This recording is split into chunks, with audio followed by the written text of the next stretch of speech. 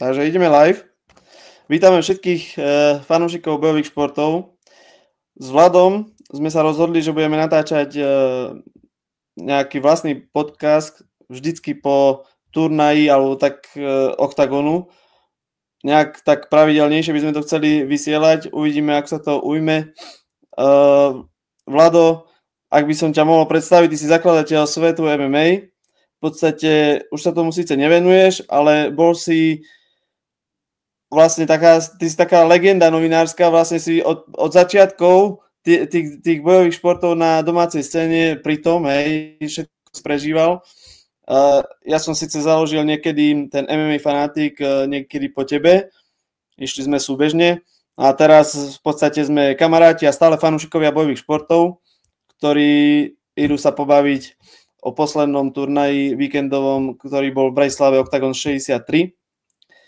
Tak ak môžeš, Vlado, ty začať nejaké momenty, ktoré najviac v tebe rezonujú z toho turnaja, ktoré by si chcel spomenúť,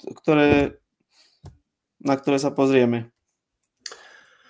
Ja hodnotím celkový turnaj ako veľmi vydarený. Pekné zápasy na to, aké mali problémy s tou kartou. Ja to osobne tiež poznám, keď sme robili Impact, nám tam vypadol deň predtým zápas hlavný a nie je to nikdy dobre pre tých fanúšikov, hlavne ktorí si kúpia buď to pay-per-view, alebo aj tú stupenku. Ivan Buchinger sa vrátil po krátkom čase, po tvrdej prehre a doručil.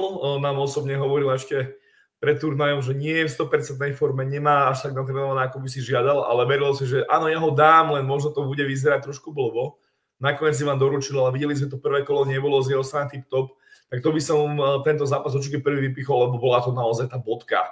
Za tým turnajom ja som to sledoval doma a bol to vynikajúca atmosféra, ten štadión burácal. Ten štadión taký kompaktný, nie je to ako keby vo Frankfurte, že je taký veľký, že tí ľudia, neviem, kto bol na Slovane, vie, že sú strašne blízko tej ľadovej plochy alebo tentokrát toho oktagonu, čiže veľmi dobré.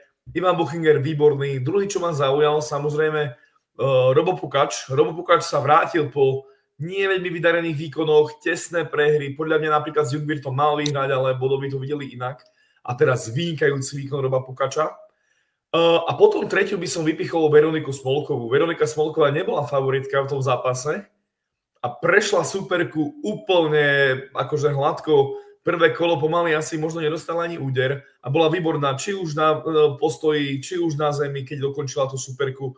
Vedela si, podľa mňa, nechcem nikoho tu akože nejako zhádzavať alebo niečo, podľa mňa duo Robo Delič a Moravčík sú jedni z najlepších, keď je najlepšie trénerské duo na Slovensku, pretože Vlado Moravčík je legenda Dracula, špičkový postojer a Robo Delič, kto ho nepozná, tak choďte na jeho Instagram, on chodí tam tie najťažšie turnaje, nie ako ostatní zápasníci, niektorí, ktorí si tam dajú nejaké, že medaila tu, medaila tak, na nejakých týchto grapplingových turnajoch. Robo Delič chodí naozaj na tie najťažšie turnaje v Európe a zbiera medaily. Čiže takúto kombináciu trénerov chcete mať a hlavne ten Veroniky mindset je tiež veľmi dobrý. Ona nemala ľahké obdobie, či už v detstve, ale aj v tréningoch a vieme, že s tými ženami sa občas ťažšie pracuje kvôli tým hormónom, tak to nazvem, alebo je to trošku iné, ale Veronika je naozaj profička a ja jej veľmi fandím.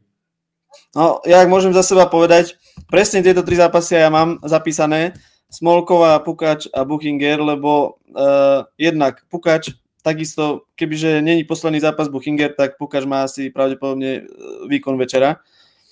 To akože takto zvanuto. A ja priznám, že som ho pred zápasom troška akože vravel som, že ten Dietrich ho asi porazí, že je to nebezpečný súper, hej, postojársky, bojoval.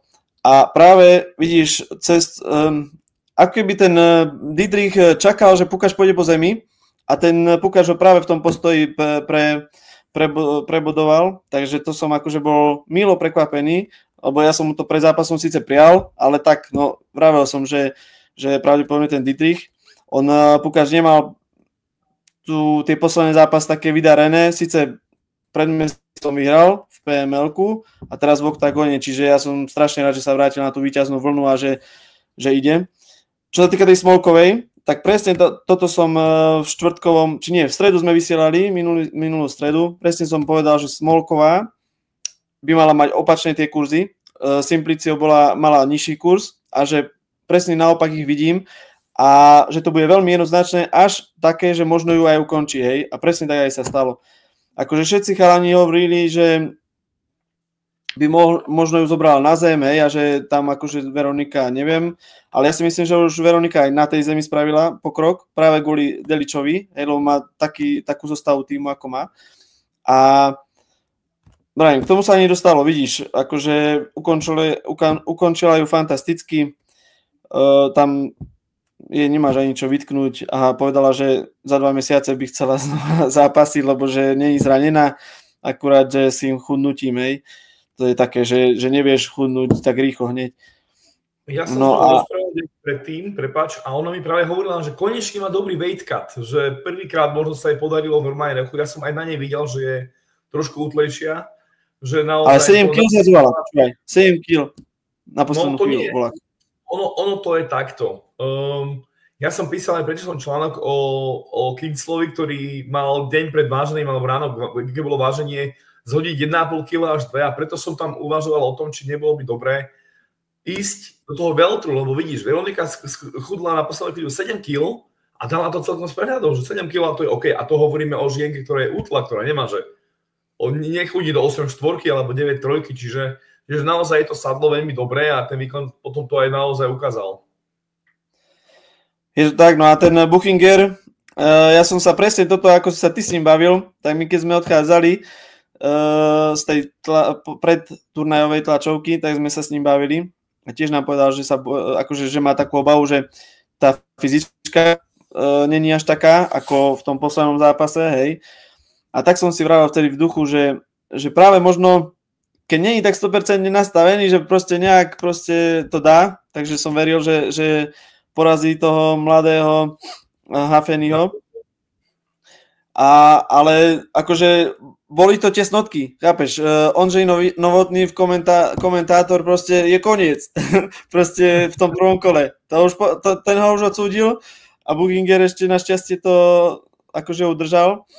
A perfektné, akože ja som fakt nečakal, že takto fyzicky odíde ten Nafuka v tom druhom kole. Ale to tie údery, vieš, aj to vysilenie z toho prvého kola, vieš, on stále na neho nejakým spôsobom tlačil, takže strašne dobrá nástupovka Buchingera, hej, tá atmosféra, keď Buchinger nastupuje, to je perfektné. A akurát, keď si aj ty hovoril, že atmosféra bola dobrá na tom turnaji, to som sa ešte tak chcel vrátiť, lebo akurát som dneska riešil v komentároch, že nebola až taká atmosféra, že som tam bol, aj niekto tam písal, že som tam bol a že slabá atmosféra, slabý bufet a neviem čo, vravím, báča, ja neviem, čo ešte očakávaš od toho turnaja, keď toto sa ti zdá slabé, no ale v každom prípade, ešte čo sa týka tejto atmosféry, ty si myslíš, že nebolo vypredané kvôli proste tomu hlavnému zápasu, ktorý odpadol, Pirát versus Vemola? Určite Pirát versus Vemola je väčší ťahák trošku, pretože nikdy nevieš, kedy Vemola skončí kariéru. Hej. On predsa Kari chce vidieť, že tým, že už aj keď na Slovensku už zápasil aj viacejkrát, tak môže to byť stále posledný krát. Teraz povedal, že posledný krát chce mať s Vemolom, s Attilom, ale medzi tým si ešte niekedy zápasy dá. A stále to je také, že dobre, idem na toho Vemolu. Bohužiaľ, vidíme to aj z toho marketingového hľadiska, že Ivan nemá toľko spoluprác, neťahá tak sponzorov ako Vemola. Je to taký ten lepší brand, by som povedal, vie sa viacej predať a preto ten Vemola aj ten československý zápas je o tom, lebo oveľa viacej Čechov by podľa mňa prišlo, predsa Brno nie je ďaleko, alebo už nejaká Ostrava, alebo tieto väčšie mesta, ktoré sú na východnej strane Republiky Českej. Ale Ivan to výborne zachránil, lebo potom si neviem predstaviť, aký tam hlavný zápas by bol, lebo keď si zoberieš, tak Apollo Kertész je vynikajúci matchup, no ale doma v Bratislave je zahraničný, je to také, takže podľa mňa... Ten matchup Kertész Apollo mne príde akože perfektné doplnenie do tej karty, ktorá tam bola, ale isto Buchinger bol na mieste v hlavnom zápase.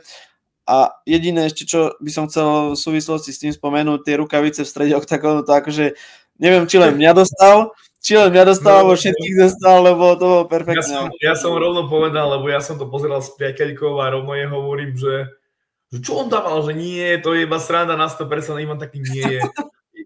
Ivan je z tých bojovníkov ako Jarda Jagr, že keď ho naozaj až za uši nevyvedú z toho oktagonu, že už by mal skončiť, tak on neskončí, lebo on to miluje. Zranenia má predsa už ten vek sa nejako, ale ako povedal, že Gáďo po prvom kole sa unavil, že ja tu mám starý chlap z školy týchto nejakých žiačikov, že ako majú robiť tréning, ako majú robiť kardio a pritom Ivan nebol v tej 100% forme, akože áno, na Fúka mal tiež zápas nedávno, ale naozaj to kardio musí zvládať, akože v druhom kole bolo vidno, že Ivan má oveľa navrch, tam bol dokonca kurz 3,5. Ondro Novotný veľmi dobre povedal, že kto verí v zázraky, tak teraz je čas staviť. A ja som presne vedel, že toto je taký, že dal som 70/30 už pre Ivana, lebo som vedel, aký on je. Kto má naštudovanú tú jeho kariéru, tak vie, že on je taký držiak, taký vracač. Ale na druhej strane videli sme napríklad v M1 Global, že dostal jeden nešťastný úder, keď dominoval na bradu a ho to vyplo. Čiže nikdy nevieš, že je to o tom MMA, ale vtedy naozaj bolo také, že Ivanovi ja som osobne veril. A tie rukavice, to som sa iba zasmial, že to určite nebude, ale uhral to veľmi dobre. Diváci si odfúkli, lebo je to naozaj zábavný fighter. Za mňa Ivan Buchinger je, keď hovoríme o tom zápase Vemola Pirát a Buchinger na Fúka, ja osobne by som si vybral radšej tento zápas ako Ivana, pretože je to technický bojovník, tam by sme asi videli nejakú ťahanicu, nepredpokladám, že Pirát by ho zase vypol hneď na začiatku, ale samozrejme veľmi rád by som si pozrel aj odvetu Piráta s Vemolom. Tam išlo hlavne o to, že nebol žiadny titulák na tomto turnaji a vlastne ten Vemola, ako si povedal, ten marketing má dobrý, no.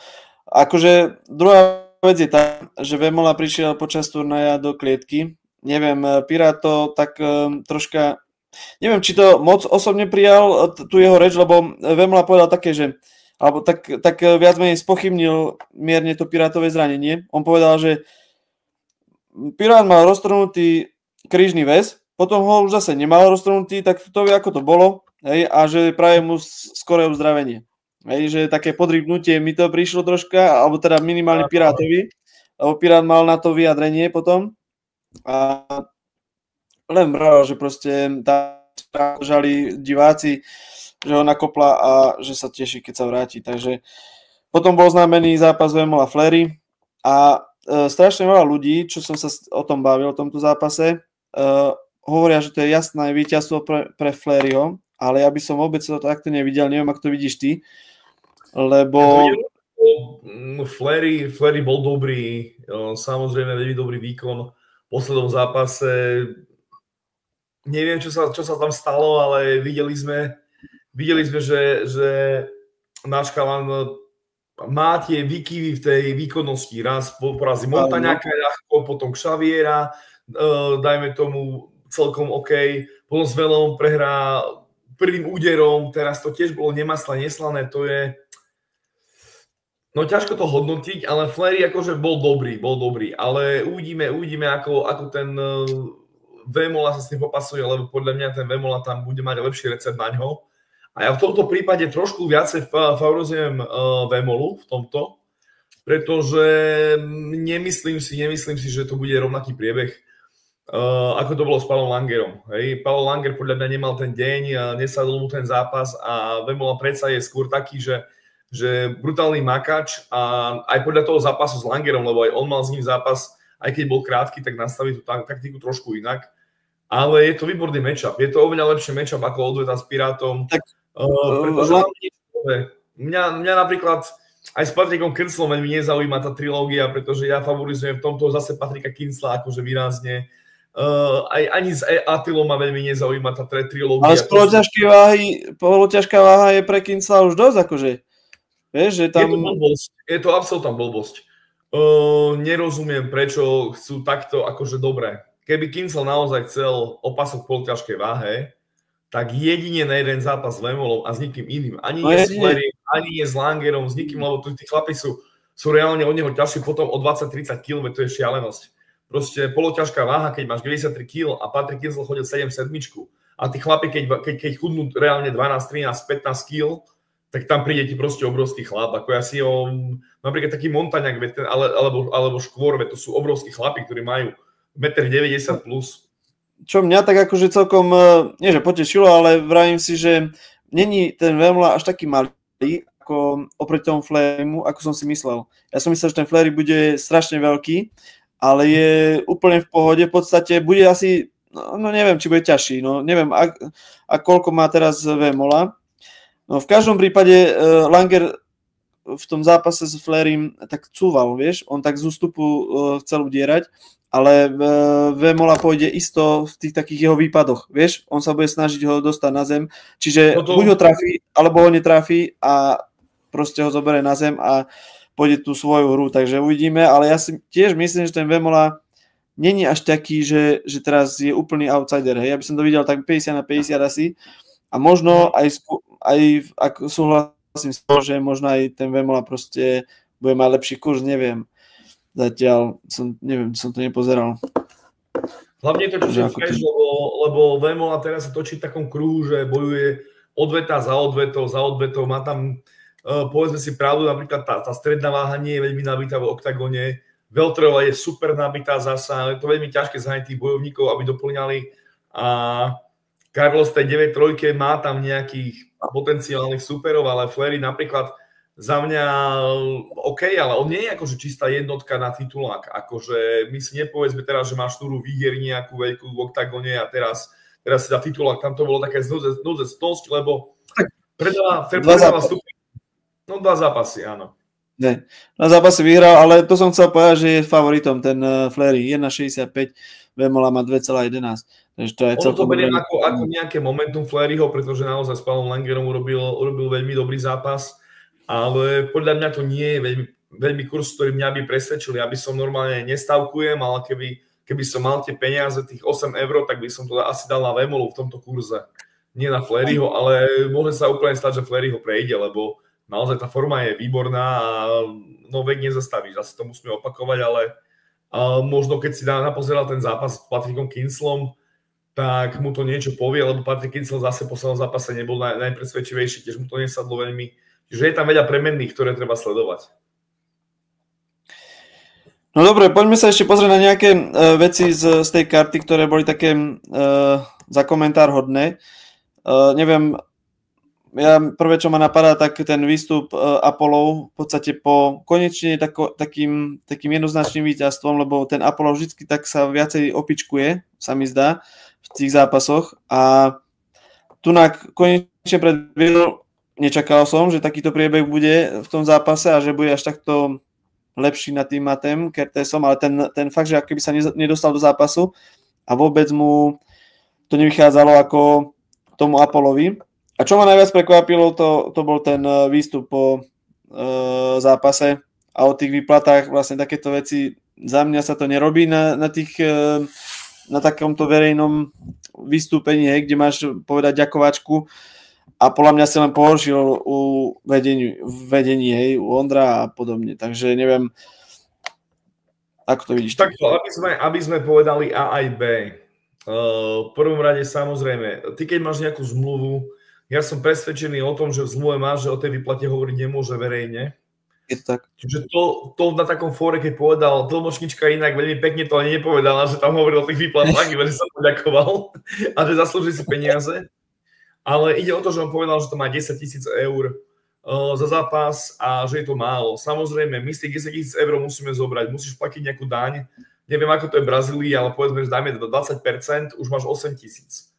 Potom potrebuje zaplatiť gym, svojho manažera, tréningy a tak ďalej, tak ti ostane dajme 5 000. Takže ak ty máš 2 zápasy ročne, tak máš 800 € za mesiac, dajme tomu, hej, akože to je úplne slabúčke. Ale to nie je to. Hlavná vec, čo robí veľmi dobre Octagon, je, že ťa zviditeľňuje po marketingovej stránke. Apollo má problém, že je v Brazílii, je to iné časové pásmo, čiže on si toľko tých reklám a tých sponzoringov nevie nájsť. Ako napríklad naši fighteri, hej. Ale veď treba povedať B, veľa fighterov robí súkromné tréningy, veľa fighterov robí semináre a tak ďalej. A Apollo si môže povedať, že chce mať 5 zápasov ročne. Apollo nie je veľmi aktívny fighter, povedzme si pravdu. A keď on dostane 10 000 za zápas a má 2 zápasy ročne, tak tých 20 000 nie je veľa.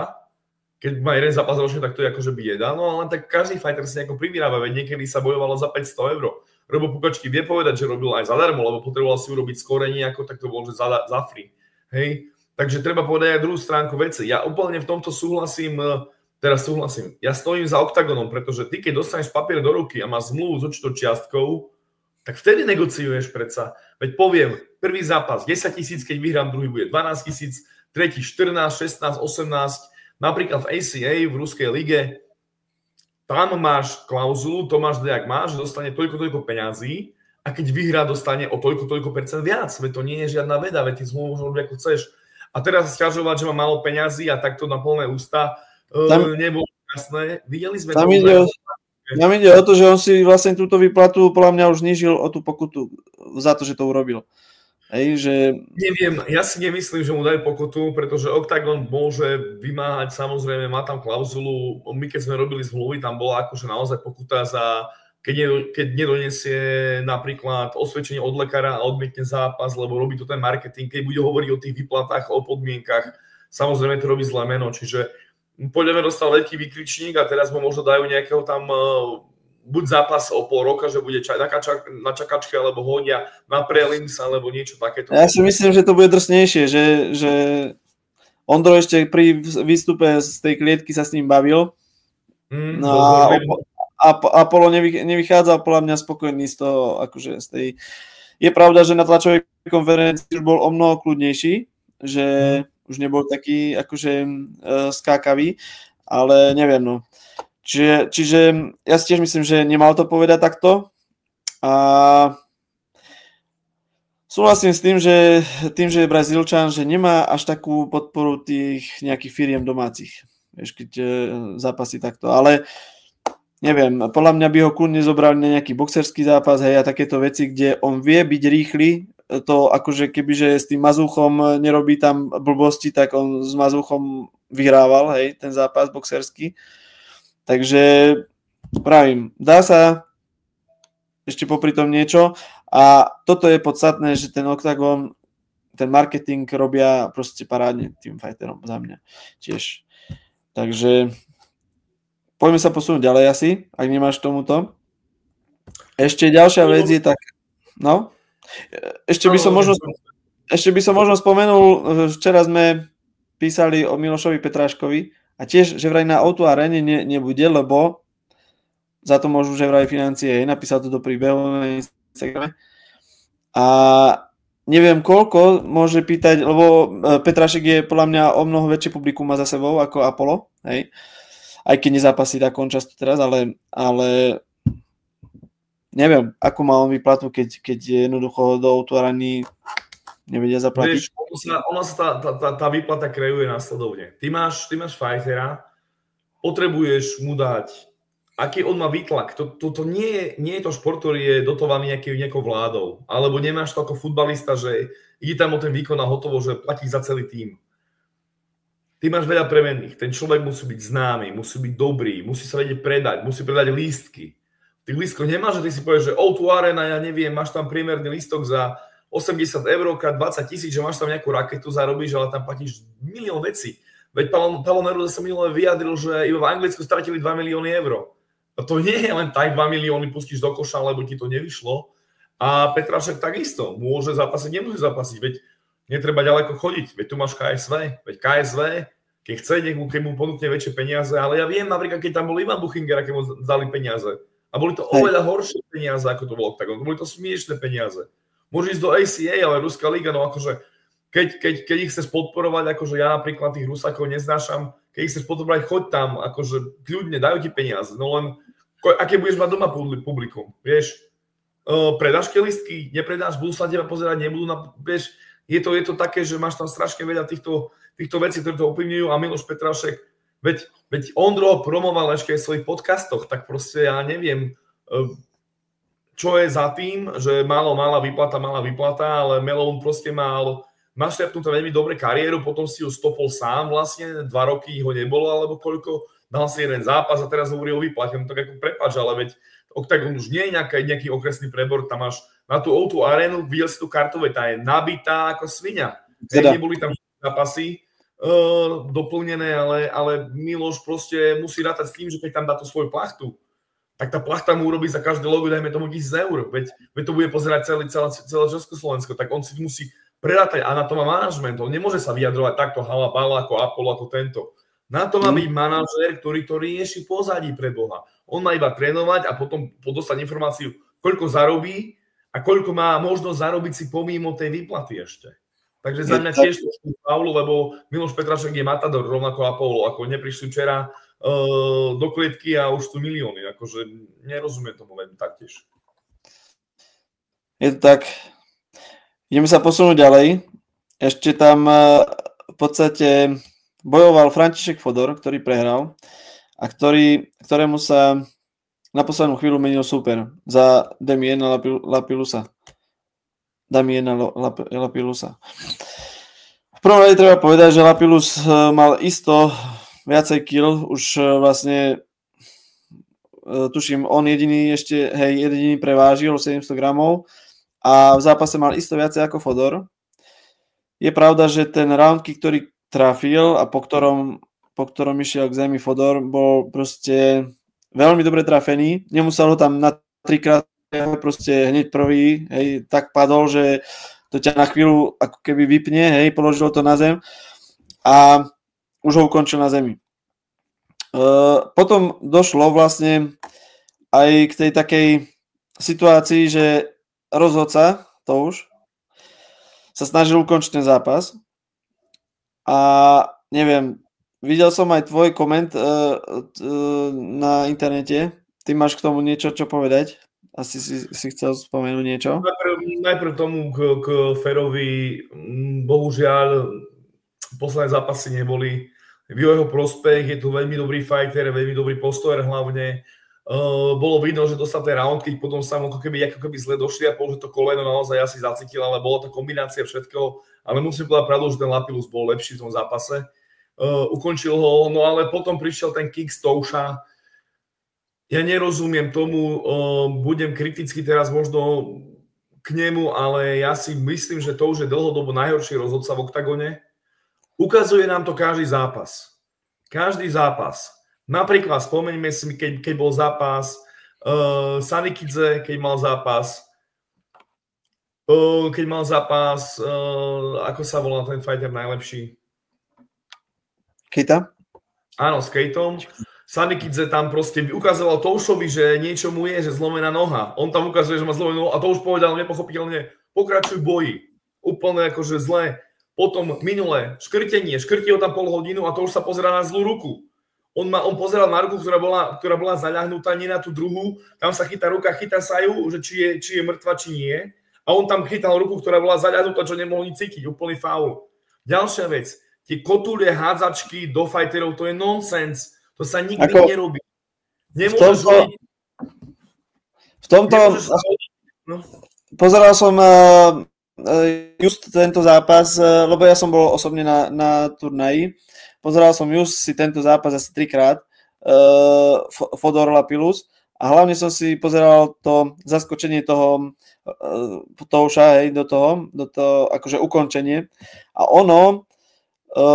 ja som bol doteraz v tom, že Lapilus ho trafil a vlastne to rameno mu nejak vyskočilo, alebo niečo, nejaké zranenie. Že sa mu to vyskočilo, alebo čo? Ale presne, ja som si to pozeral asi 7-krát, tak to pozerám, ale Lapilus tam vôbec nebolo vidno, že by sa vôbec dotkol. A on ako tam išiel dať ruku, tak jemu akoby preskočilo, hej, čiže nechcem ho ani zastávať si, nechcem ani sa stávať do role toho, že idem ja rozhodcov akože nejak kritizovať, lebo neviem, až tak nepozerám, a teda nevidím do tých pravidel všetkých, ako to oni majú naučené, vyškolené a tak, ale vravím, bolo to také zvláštne celé, lebo on vlastne odpadol na zem, na bok, vieš, ešte aj neviem, či nie na Fodora, na Fera, tak hej, asi kvôli tomu ramenu neviem. Ja to môžem kritizovať, lebo že ja som mal licenciu trénerskú, dokonca som aj pár zápasov, nie v klietke, ale ako bodový mám za sebou. Bola to blbosť. Ty nemôžeš poprvé hádať sa na protivníka, ktorý je vypnutý, lebo je to sranda. Buď zraníš jeho, alebo seba, čo sa aj zranil. Rovno som to pýsal do jednej skupiny. Keď to urobí, aj Pálovi Nerudovi, čo som neviem, či nepísal, hovorím, on sa zraní, povedzte mu, nech neskáče na tých fighterov, sa zraní. Carlos mu dal bombu na hlavu, lebo tam dal hlavu do úderu, ako úplne nech pochopíte. A teraz, čo mal robiť? On stopoval zápas chrbtom k útočníkovi, ktorý dával rany a nastavil tam chrbát a išiel pred neho. Tak sa to nestopuje pre Boha. Ty ideš, máš protivníka a ideš pred neho, útočníka, a dáš ruku pred neho a kašľaš na toho, ktorý je nebožský dole. Veď ty musíš útočníka upovedomiť, že má, on išiel chrbtom ku nemu a on tam ešte dával údery. Robí sa to takto. Hoci aká je pozícia, keď naozaj nie je, že ho tam zabíja, keď ho odstrčíš, tak prídeš a jednou rukou ho môžeš otlačiť, keď je veľmi agresívny, ale dáš pravú ruku pred, alebo ako ti stojí a povieš stop a nechávaš ho na zemi. Nie, že ideš chrbtom a tam nastavíš svoje telo. Veď to Nimandy je, veď on bude mŕtvy, keď tak bude rozhodovať. A samozrejme, a prečo to je? Nevzdelávajú sa. To už sa nevzdeláva. Kedy bol naposled na seminári poriadnom? Kedy sa pýtal, kedy pozeral tie videá, ako sa stopuje? Ťažko povedať. On je tam pán Boh, alebo ja neviem čo v tom celom oktagone a si myslí, že je najlepší rozhodca a pritom nie je najlepší. Robí faul za faulom. Hovorím, Carlos dostal úder. Predtým sa zranil, predtým chudáka skoro zabilo, ako ho tam škrtil pol hodinu a povedal, že je proste, že je vypnutý. Nepokračuj, úplne idiotsky. Predtým Sanikidze s Kejtom, čo keby Kejta mu dal ešte jeden low kick, tam mu prelomí do Elka nohu, veď to sú zdravotné ťažkosti. Ja tu hovorím natvrdo. Keby ja som fighter, do zmluvy si poprosím dať, že to už mi nemôže nikdy v živote pískať zápas. Nikdy. Ako náhle ho delegujú na môj zápas, ja nenastupujem, hoci budem v najlepšej forme sveta a pôjde normálne, že Frankfurt vypredaný štadión. Lebo to je nemožné niečo, čo ten človek stvára. Bohužiaľ je to tak a fighteri by si mali uvedomiť, že on nielen svoje zdravie poškodzuje, čo sme videli, ale naozaj ohrozuje fighterov. Bodka. Ja tiež už nemám čo k tomu. Ideme... akože, vieš, fakt, že nechcem ja tých rozhodcov, ne? Lebo neviem, ja som na týchto seminároch... Ešte dôvodník zastresuje, ako, že je tam 8 metrov od bojovníkov, ktorý tam vypína, hej. Neviem, či to bol zápas Veličkovič, Kozma, alebo aký. Tak on tam bol na cigarete a dokedy to stopol, tak tam padli ešte 4 rány do mŕtvoly a tak ďalej, ale tam nie sú zlí rozhodcovia. Ako niektorí rozhodcovia jednoducho sa tam hádžu, hej, chcú ochrániť toho fightera, len fakt, ja neviem, či to už... Rozhodca nemôže sa hádzať na fightera. Proste nemôže, hoci aká to je pozícia. Jediné, čo môže urobiť, keď naozaj ten typek agresívny, čo sme videli napríklad, kto pozná staršie UFC, tak Ben Henderson dával bomby, dokedy ho naozaj neodtrhli, tak vtedy naozaj sa na ňo hodíš. Ale napríklad Herb Dean, alebo aj u nás Jakub Miller, alebo aj ten Voborník. Oni trénujú dlhodobo to MMA, čiže vedia tie pozície. Neviem ako to už, ale nevyzerá, že by to bol nejaký preborník MMA-ku. Ty potrebuje cítiť, že ako to máš urobené, ako to máš chytené, kedy je koniec. Preto sa hovorí tak nepísane, že každý tréner by mal mať minimálne nejaký brown belt z jiu-jitsu a boxovať alebo niečo, ale robiť nejaký postoj, aby vedel. Že každý rozhodca, áno, napríklad aj ďalší veľký faul Octagonu, ktorý mám, akože tá firma je veľmi, ja ich mám veľmi rád, ale nemôže Octagon vedenie sa kamarky s rozhodcami. To nemôže, to zaváňa takým prúserom, že koniec. Herb Dean v jednom rozhovore, Dana White v jednom rozhovore hovoril, že s Herbom Deanom sa za 20 rokov, odkedy sú v UFC spolu, dvakrát rozprával o živote. Dvakrát. Nie, že majú porady predtým a hovoria a potom príde Kozma a tam mu jeho kamarát Voborník, alebo to už, čo je, jeho manažer mu píska zápas, veď to sa nemôže robiť. Však ono to samozrejme nie je ovplyvnené, keď takto si to pozrieme, no ale stane sa nejaká blbosť a potom povieš, no a čo keď on bol ovplyvnený, lebo jeho manažer, veď to sú také veci, že ktoré sa nemôžu diať v takej lige.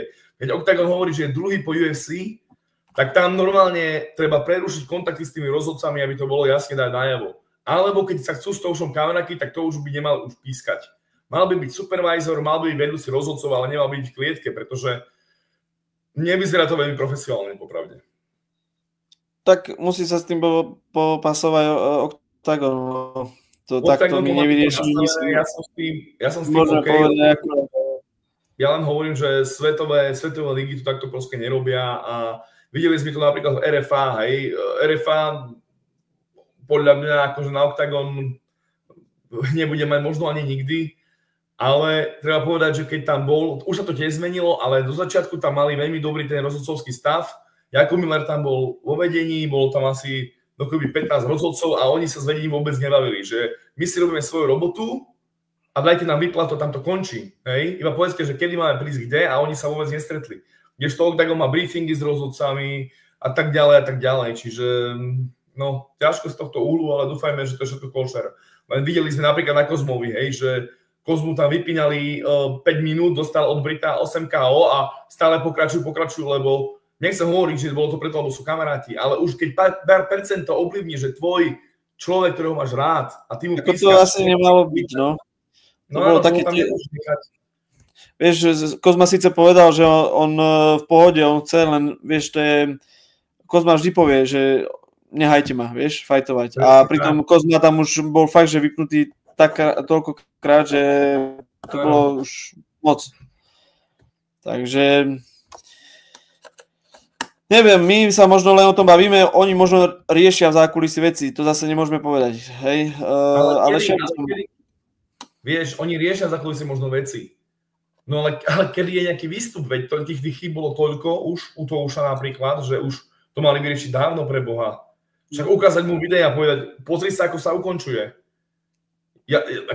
Čo tam viacej? To nie je to nejaká veda, že ty potrebuješ teraz kúpiť si dom, tak za tým rozmýšľaš ako pako. To je normálne, povieš, tu máš video, tu choď na školenie a pozri sa, ako sa ukončujú zápasy. Veď ja tu Vlado... Už by to mal vedieť skôr.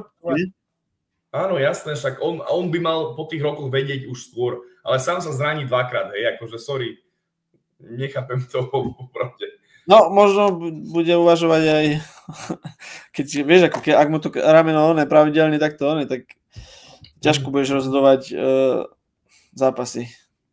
Jasné.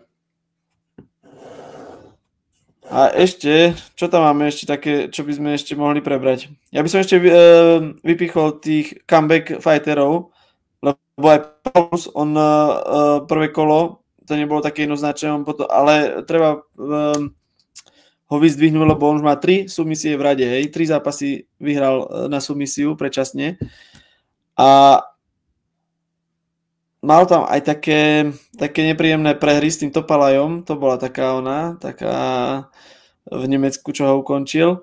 Takže Roman, dobrý výkon na oktagone.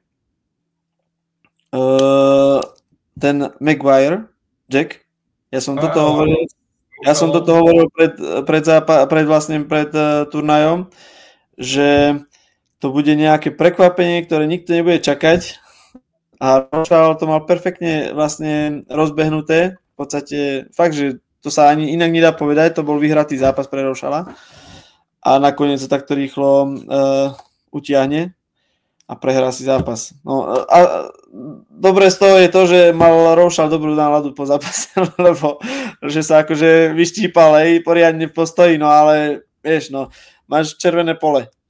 Takže... Ono to je to, že je to pekné, že naozaj ho tam postojí, naozaj dával do laty a bol veľmi blízko výhry. Je to presne o tom, že Rošal je postojár primárne, veď thajský kickbox a kdejaké veci a teraz na tej zeme má rezervy, pretože Maguire tam tú nohu nastavoval celkom dlho, tam bolo to asi 5 sekúnd, dokedy to tam dával a Rošal rovno sa mal myknúť tým ramenom, zhodiť nohu, dať tam ruku, kdejakého a on si tam proste nechal tak trochu školánsky nasadiť. Dobrú náladu mohol mať, ale keby vyhral tento zápas, tak na ďalšej karte je trochu vyššie, dostane zase možno viacej peňazí, dostane viacej pozornosti, možno urobia s ním aj nejaký countdown alebo niečo takéto. Tak zase tam bude sa lopotiť medzi tými top poslednými zápasmi 4, dajme tomu, a keď mu to takto vyhovuje, že sa vyzápasil, je to pekné, ale vyzápasiť sa môže na sparingu niekde, vieš. Ako hovorím, v tom červené políčko, trochu mi to je ľúto, lebo naozaj ten zápas mal veľmi dobre rozbehnutý. Ale na druhej strane mi to aj nie je ľúto, pretože je to MMA a keď urobíš chybu, tak sa trestá. V prvom rade ten Jack vôbec nevyzerá ako fighter, vieš, on taký chlapec. No, tam bol taký, tam Rošal snažil sa nejaký trest, ale ten tam pomaly mu ale potom akože, vieš, aj na tom Amsterdame nechápal Rošala, že troška do neho vyrýval na tom prvom. Ale v zápase ukázal to zviera, vieš? V zápase ukázal to zviera a mal aj niektoré dobré postojárske výmeny a potom na konci tie one, čo si vieš. No tak to si rozotrel potom. bola asi najlepšia bodka za tým víťazstvom, lebo takéto víťazstvo, to si budeš pamätať. To sa ti zapíše. No a tretí comeback bol ten Buchinger, k tomu sme sa už vyjadrovali. Ale mám tu ešte jednu poslednú vec zapísanú, ktorú som chcel prebrať.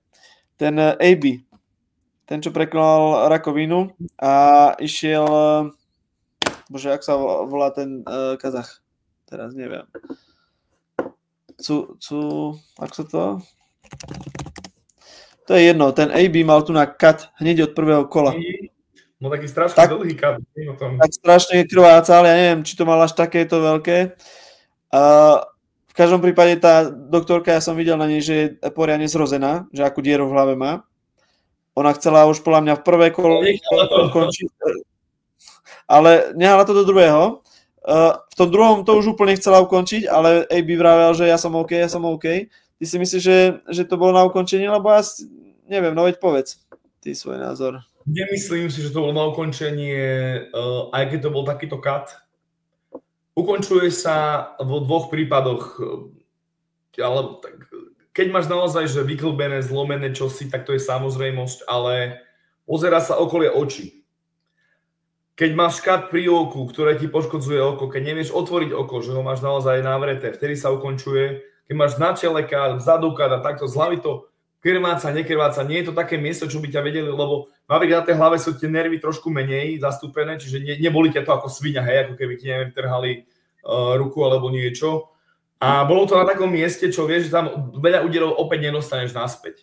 Čiže ja som s tým úplne OK, že išli ďalej, aj sa to potvrdilo, že potom ten cut nebol nejaký super problém. Samozrejme, že to prvé kolo prehral 10-8 u každého rozhodcu, druhé kolo 10-9 a tretie kolo tiež 10-9, že ono v podstate, keby to stopli, tak hej, len troška menej úderov dostane za tie dva kolá. No. Je to pravda, ale mohol napríklad aj vyhrať, hej? Ako to urobil Maguire. No, áno. Takže nikdy nevieš. Čiže ja som videl napríklad, kto videl zápas taký starý, Cain Velasquez, Bigfoot Silva, tam to bol normálne, že krvavá kúpeľ. Ten Bigfoot bol tak rozbitý, že mu tam do očí tieklo barze a stále to pokračovalo. Kto videl súboj Rory McDonald versus Robbie Lawler, že Lawler tam mal rozťatú peru až do nosa, normálne, že otvorenú a nestopli to. A Lawler to vyhral a je to momentálne jeden z top 3 najlepších zápasov možno histórie. Čiže o také momenty by sme prišli a tento cut bol samozrejme seriózny, ale nebolo to na ukončenie. Aj podľa mňa, takže za mňa dobré rozhodnutie. Takýto zápas ešte bol Zavada Popek. Neviem, či si pamätáš, krvavý. No toto si pamätám iba takto, ale napríklad, čo bolo veľmi zlé ukončenie, bolo, keď dostal ráno do nosa tento Terminátor nemecký, tak tam to bolo tiež, že dostal cut a už to ukončili, pozerať české šilenci, však aj nemá zlý nos, že to má normálne iba rozťaté, tak toto bolo tiež, no a tiež tam bol to už pri tom, bohužiaľ. Čiže podľa mňa tí lekári sa už tiež učia, ako nestopovať tieto zápasy, aby sme mali zábavu, lebo nech sa nám to páči, alebo nie, MMA aj o tom. Je to tak.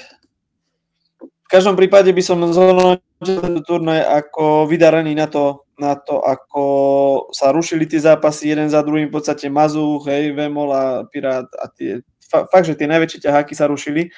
Čiže no neviem, kto tam ešte bol také, čo zrušili. V každom prípade oni tam nejaké 4 zápasy doplňali na mesiac pred turnajom. Takže mne sa moc nepáčila tá kritika publika a v komentároch a toto, čo som pozeral.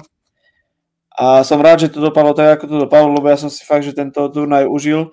Napríklad bol som aj na tom Frankfurte v Nemecku a nechcel by som povedať, že bol lepšia táto Bratislava, ale jednoducho som si tento turnaj viacej užil.